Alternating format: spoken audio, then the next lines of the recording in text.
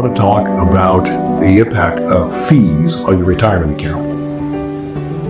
As we mentioned in previous videos, the preferred retirement account for most people today is the 401k. The 401k has its underlying investments, mutual funds, which their mutual fund manager fees, plus the 401k itself, they have some fees.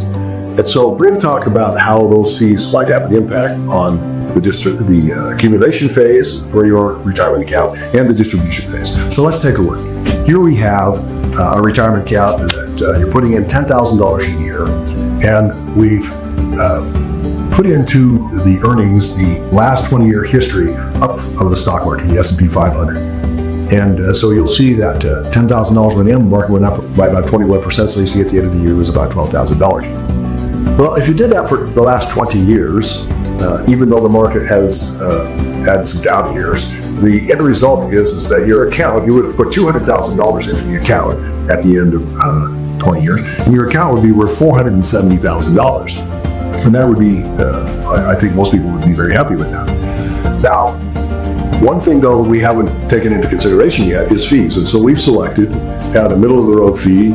Most studies have shown that 401ks, the average fee runs around 3%.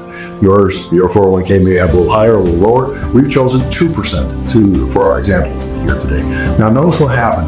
The number down here in the bottom right hand has gone from 400,000. In fact, let's bring it up again. 470,000 all the way down to 371,000. That is a $100,000 drop. In fact, it's a 25% loss. So the fees have had a significant impact during the accumulation phase. Oh, and by the way, it's important to know this column right here is the total of all the fees, and the fees total $59,622. And another thing that's very important that we talk about in subsequent videos is the idea of lost opportunity cost. And lost opportunity cost being the fact that these fees were no longer inside the account. They could not earn a return. Therefore, the actual fees were only $59,622, but the total loss was over right around $100,000 from your account.